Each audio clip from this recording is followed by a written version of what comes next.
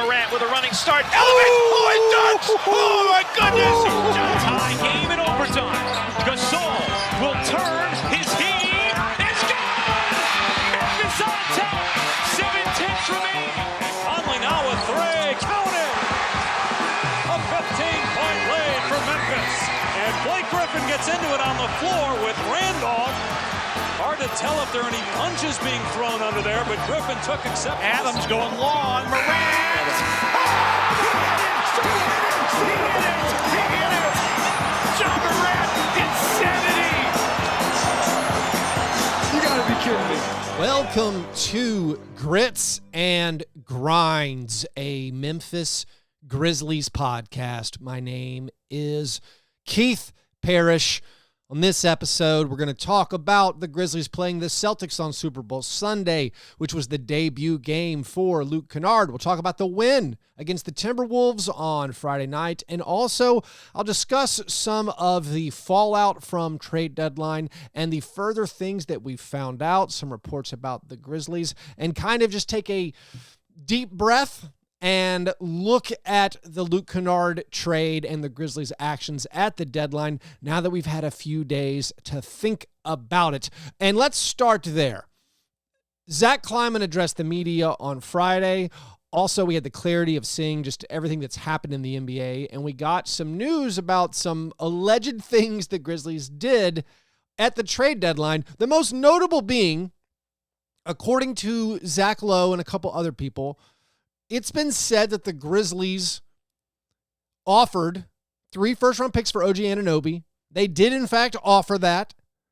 It's also been said that the Grizzlies made a play for Kevin Durant, were turned down. And also, it's been reported, and I don't know if it's accurate or not, that the Grizzlies were the team that offered 4 first-round picks for Mikal Bridges. And Zach Kleiman, addressing the media on Friday, said that they were very aggressive and they made some offers that if they would have gone through or been accepted, he claimed you guys, the media, you guys would be criticizing the deal for saying we went too far. So that does sound like perhaps the Grizzlies were the team that made the overtures to the Nets to try to shake free Mikal Bridges and offered 4 first-round picks. You can also be skeptical of these things. It costs Zach Kleiman nothing to say that he was aggressive and did do these things. But from my perspective now, several days after the trade deadline, where my immediate reaction to trading Danny Green for Luke Kennard was, okay, that seems fine. I'm not that excited about it. It clearly addresses a need for shooting. It'd be great to have a guy who can make a technical foul free throw when needed, like Luke Kennard did against the Celtics on Sunday. But I don't think it's that much of a needle mover for the Grizzlies. Not super optimistic, but the perspective that I've gained now is if these things are true, that the Grizzlies did offer all this stuff, and I talked about this a little bit on Fast Break Breakfast on Friday.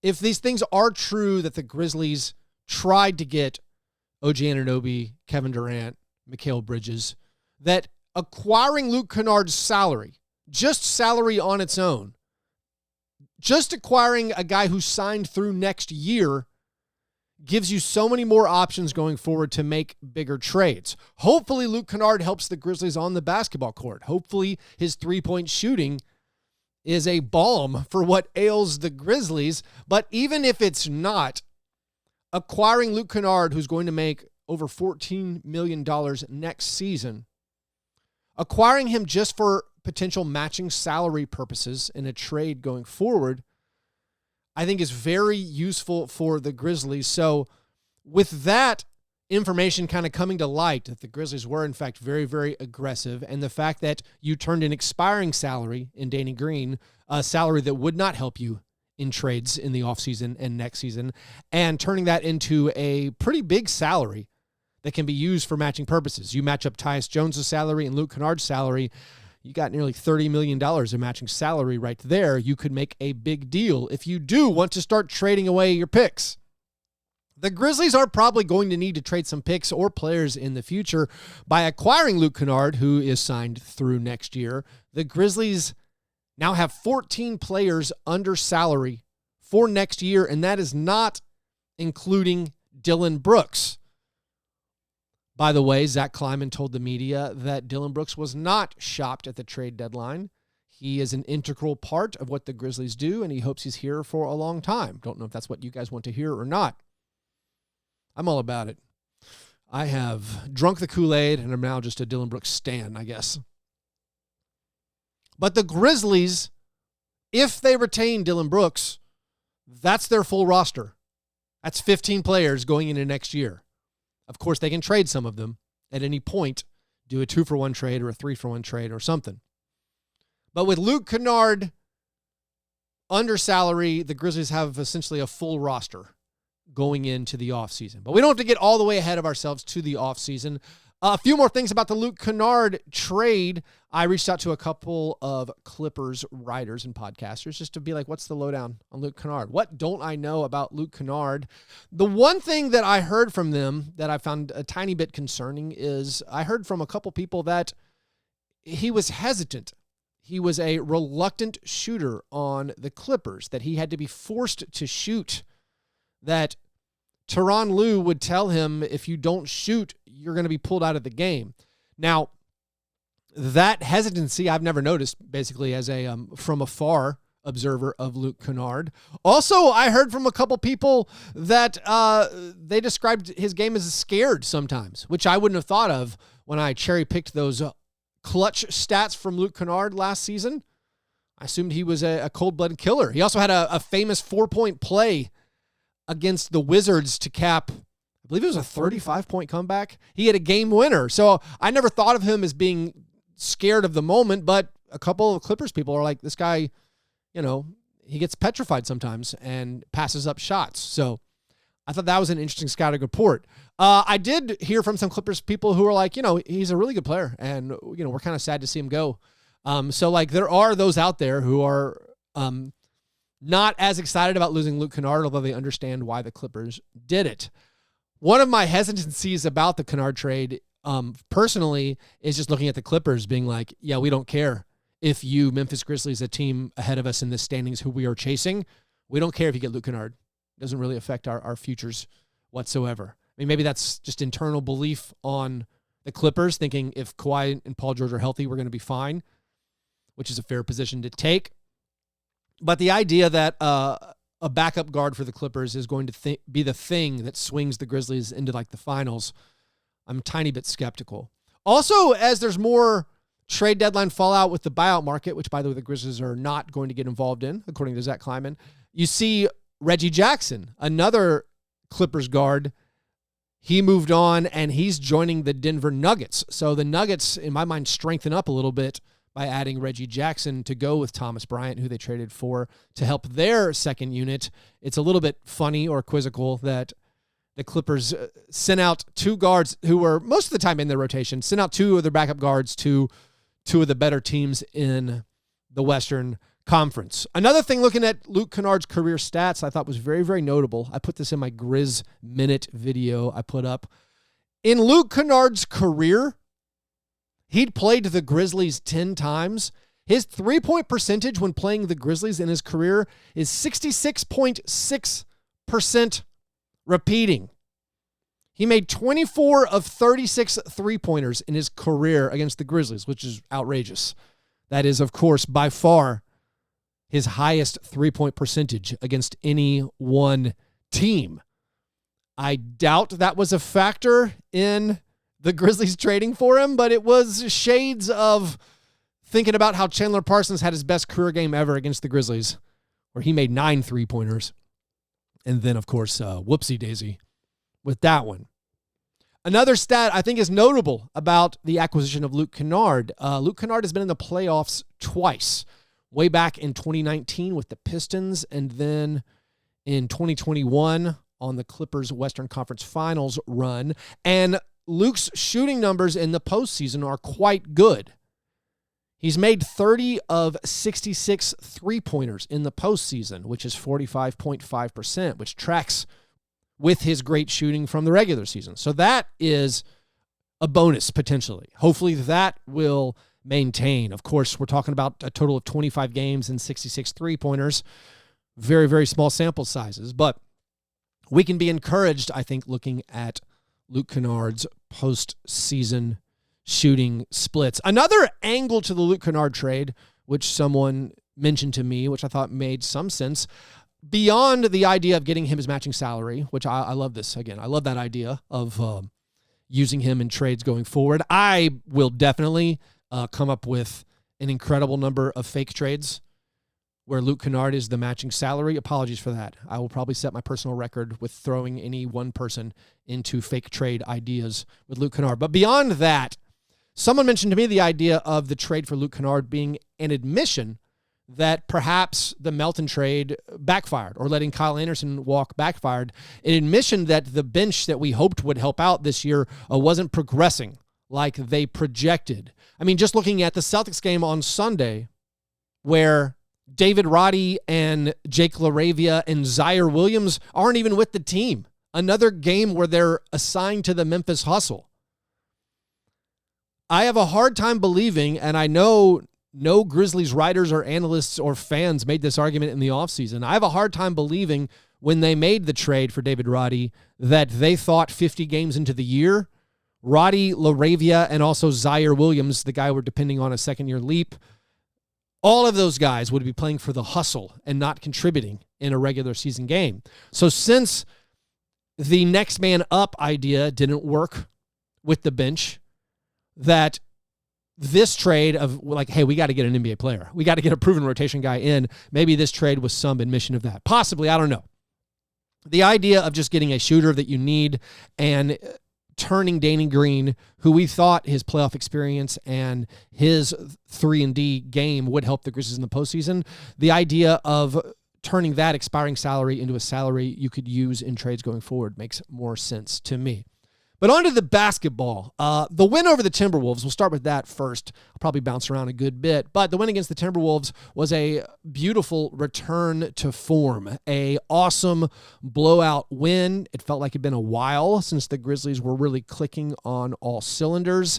They posted their 9th 20-point victory of the season. That is the most in the NBA. 7 of those 9 blowout wins have been at home this season. The Grizzlies improved their home record to 23-5, which is tied with the Bucks for the second best home record in the NBA. The Grizzlies posted their second highest field goal percentage of the season in this game, made 58% of their field goal attempts. Jamorant was awesome. Jaren Jackson Jr. Kept up his really strong play in that one. Jaren against the Timberwolves had 15 points, 6 rebounds, and 4 blocks. And this great stat found by Sean Coleman, one of the great stat sleuths. He discovered that Jaren Jackson Jr. after this Timberwolves game he'd posted 5 straight games with at least 15 points and 4 blocks. And the last player to do that was Tim Duncan in 2003. That's an incredible stat. Of course, against the Celtics, this streak came to a crashing halt. Jaren got his points, but did not block any shots. Jaren, of course, fouled out in that Celtics game. Continuing an unfortunate run of Jaren getting in terrible foul trouble on ABC nationally televised games. That was very disappointing. Also extending Jaren's very bizarre home-road split disparity. Jaren now averaging 2.1 blocks per game on the road, which is still very good. Don't get me wrong. Very, very good. But Jaren averages 4.3 blocks per game at home, which is spectacular. Absolutely spectacular. So those home road splits grow further and further apart. But the Grizzlies were really cooking against the Timberwolves. Santialdama had a massive game, showed a full array of offensive skills in this one, had 18 points off the bench. Brandon Clark made 6 of 7 field goals, scored 14 off the bench. Brandon, his last 2 games, that Timberwolves game and then the Sunday game against the Celtics, Brandon having awesome performances in both of those games. Brandon made 7 of 8 field goal attempts against the Celtics on Sunday. But Ja had 32 points, 9 rebounds, and 9 assists against the Timberwolves as they ruined the Mike Conley debut game for the Timberwolves. Desmond Bane against Minnesota had 20 points, 7 rebounds, 5 assists, and 3 steals, only made 1 3-pointer. Also, a random stat about the Timberwolves game. David Roddy played in this one. By the way, played ahead of Zaire Williams in the rotation. So Zaire Williams, sent to the hustle, came back, was sent to the hustle again. Zach Kleiman was very careful to call this not a demotion. He thinks their players should go to the hustle and stay in game shape and game rhythm. But I think it is a demotion when David Roddy comes in over you. That means Zaire was moved to like 11th man status. But David Roddy made a 3-pointer against the Timberwolves and now is 5 for 7 from 3 in 4 games against the Timberwolves. Of course, Roddy is from Minnesota. So there's a little unique stat there. So the Grizzlies pick up this good win against the Timberwolves on Friday, and then they play against the Celtics, a little pre-Super Bowl matchup on ABC, and we'll talk about that right after this quick break. Grizzlies fans in the Nashville area, don't miss the next Grizzlies Nashville watch party on February 23rd as the Grizzlies take on the Philadelphia 76ers. It'll be Thursday, February 23rd at 6:30 p.m. at Noble's Beer Hall. Come hang out with me and the guys from Fast Break Breakfast. We'll be giving away Grizzlies prizes. There will be drink specials. Come hang out with fellow Grizzlies fans and watch the Grizzlies take on the Sixers. February 23rd, Thursday at 6:30 p.m. See you there.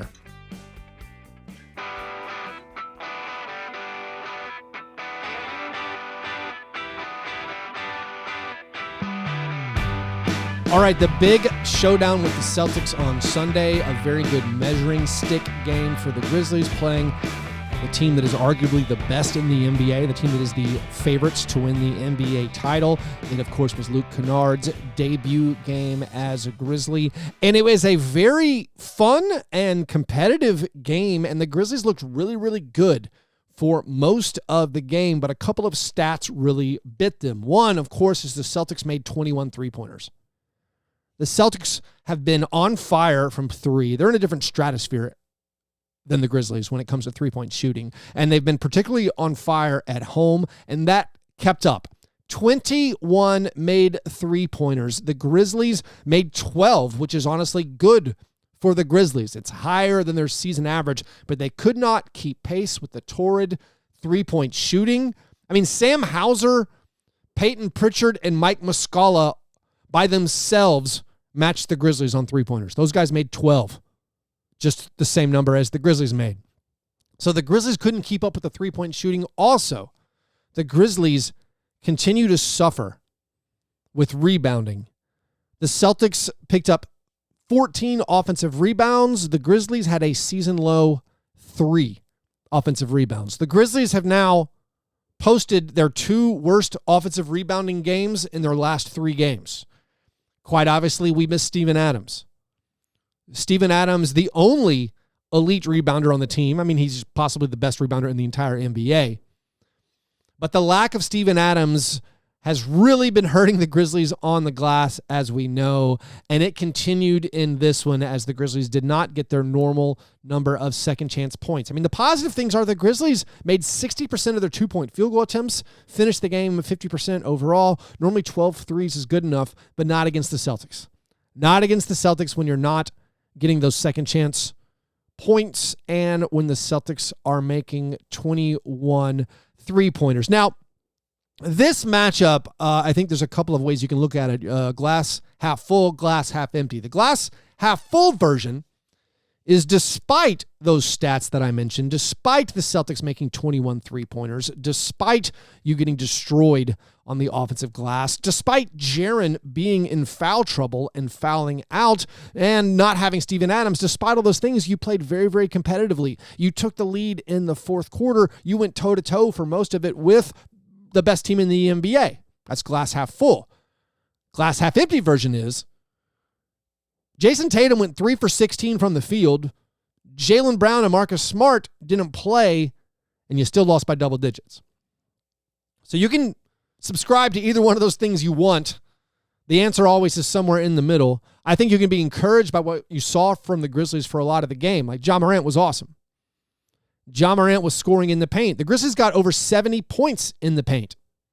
Jamorant doing his full array of finishing moves, slicing through the defenders, bunch of spectacular finishes. That was really, really good. Jaren, of course, like I said, the foul trouble raises its ugly head, and it's going to contribute to the national narrative being all about that because he keeps doing it on national television in these marquee matchups.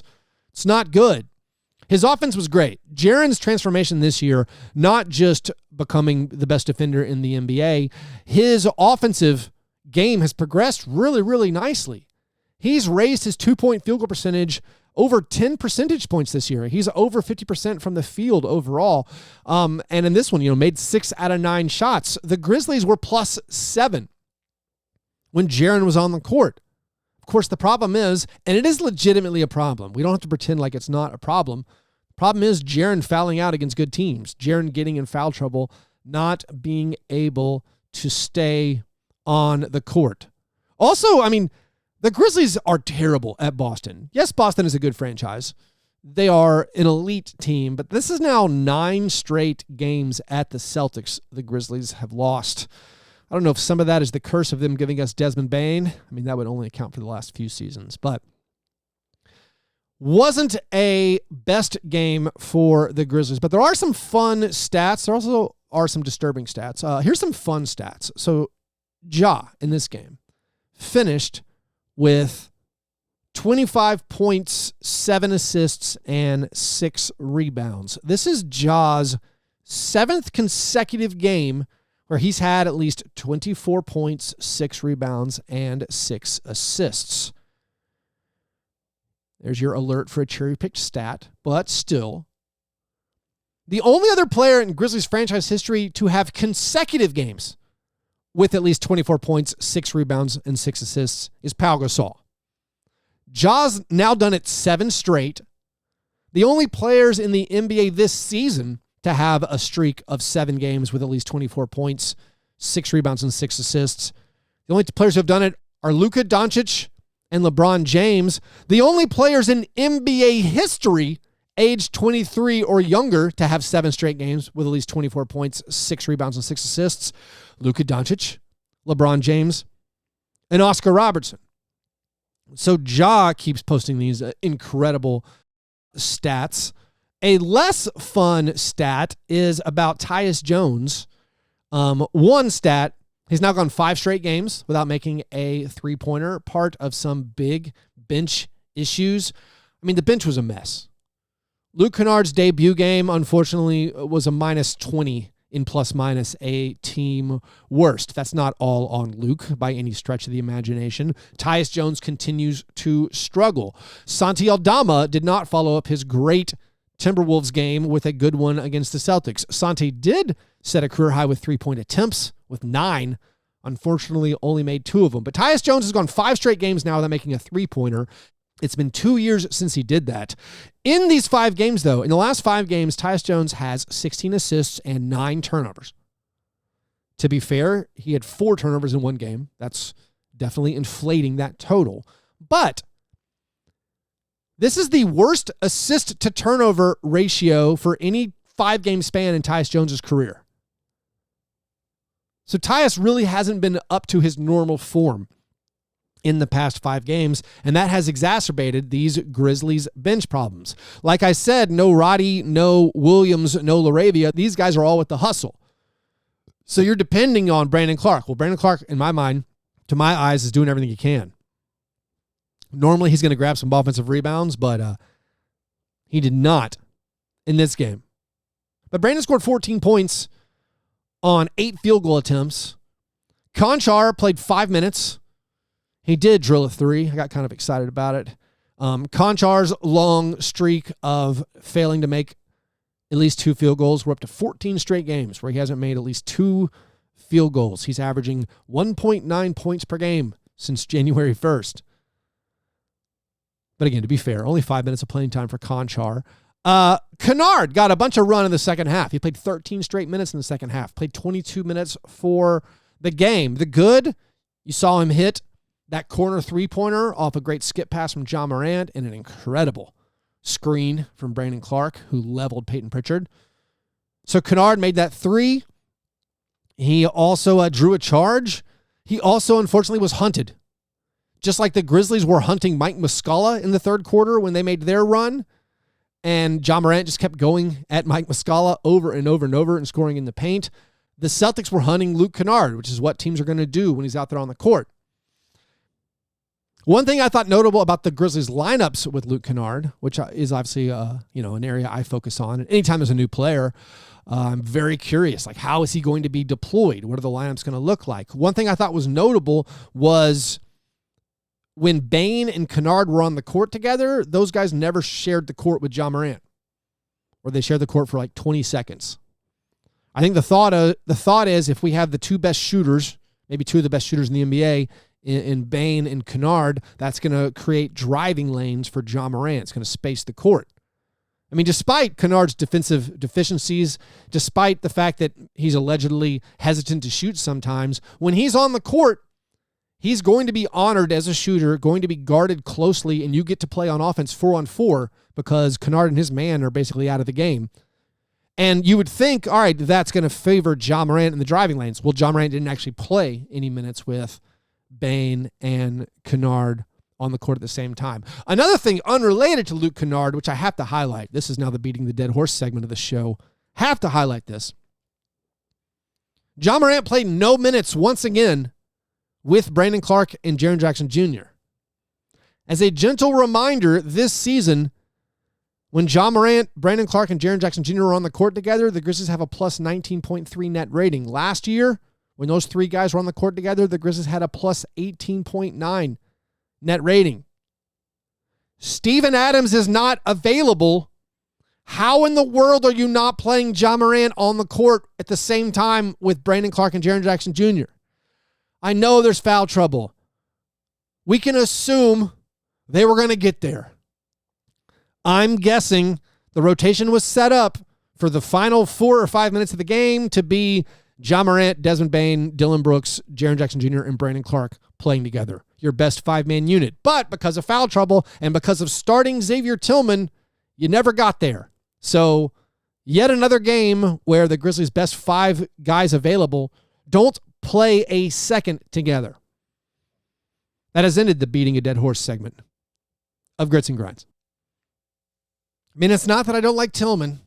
I like Tillman. He's just very limited. For the season, Tillman, according to Cleaning the Glass, is in the 27th percentile among bigs for defensive rebound percentage. He's undersized. It's hard for him to be in there and get rebounds. And, of course, Brandon Clark is also undersized, okay? But he's in the 46th percentile for defensive rebounds for bigs. Jaren and Brandon is obviously a better option than anything the Grizzlies can currently put out there, in my estimation. Let's talk about Dillon Brooks a little bit, and then we'll wrap the show up. Dillon Brooks fouled out of the game against the Timberwolves very, very quickly. I thought he was going to have a good game. Post-trade deadline, maybe that was a weight off his shoulders. He made a bucket, but then he just kept getting fouls. Now, he got one of the worst whistles you'll ever see against the Timberwolves. 3 of his 6 fouls were absolutely phantom calls. Just his reputation preceded him on that, but it didn't matter. Of course, the Grizzlies get the blowout. Against the Celtics, he comes out, makes his first 3 shots. It's a couple of threes. You're like, oh, finally, great Dillon game. The most encouraging move, I think, for everybody, was he makes his first 3-pointer. On the next one, he's wide open, but he gets a pump fake. He pump fakes, gets the defender in the air, goes in and makes a layup. More of that. Beauty. Then, after he makes his first 3, he starts chucking. Inexcusable for me, bad shots. Took a bunch of bad shots. Some of the threes were open. Lots of them, specifically the 2-pointers, were bad. Like gross bad, what are you doing type attempts. Then he ended up making a 3-pointer near the end of the game. Finishes with 3 3-pointers, but of course was 1 for 5 on 2-pointers. So it wasn't a great Dillon offensive game by any stretch of the imagination, and he had a bunch of frustrating field goal attempts. But, of course, the most important thing, he guarded Jason Tatum.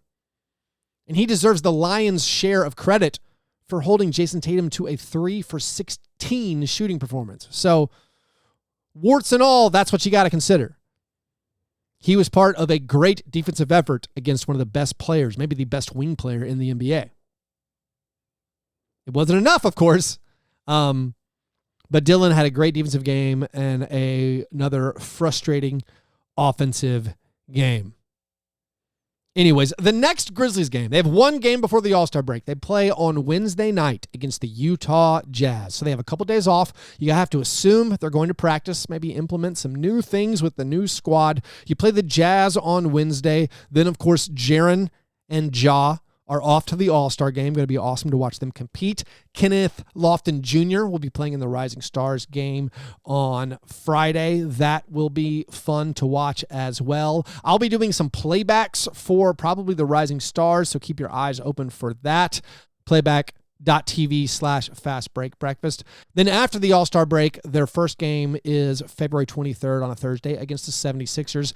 I'll be hosting a Grizzlies watch party in Nashville for that one. Should be a lot of fun. But the Grizzlies right now, post-trade deadline, I think I'm encouraged by their shortening of the rotation, which is not surprising. I mean, I constantly say, like, hey, if you don't play the rookies in Zaire, all these numbers are really, really good. So I still think that's going to happen. I'm incredibly intrigued by how Luke Kennard is going to change and affect this team. He played 22 minutes, which is honestly pretty high for a sub under Taylor Jenkins. So will he continue to get 20 to 22 minutes or so in the coming games? You know, let's give it a go. I'm very curious to see how several weeks of him playing that amount of time, how it affects the Grizzlies, how the shooting and spacing help this Grizzlies team, or hopefully not harm, but I'm ready to see how it's going to work. I am honestly a tiny bit skeptical that it's going to make the Grizzlies that much better or even have that much of a measurable impact on how good they are.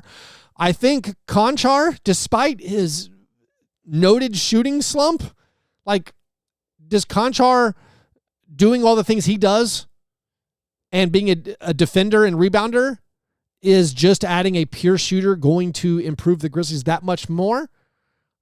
I'll say I'm an agnostic about it. I'm a healthy skeptic. But we'll see. And again, it'll be cool to see if Kennard starts banging some threes and we get some like 7 seconds or less, some small ball shooting. And honestly, frankly, I know a lot of people are going to cringe about thinking about not playing Tyus Jones. I'm intrigued by Luke Kennard, Desmond Bane as your backup backcourt and maybe some non-Tyus minutes, but I don't know if the Grizzlies have any stomach to risk taking Tyus Jones out of the rotation for some experimental stuff in the future, but who knows? Anyways, thanks to all you guys who listen to these episodes. Thanks to everybody who subscribed to the YouTube channel. Please, if you haven't, go do that. Subscribe to the Grits and Grinds YouTube channel. Hope you're having a great Monday. I'll talk to you soon. Go Grizz.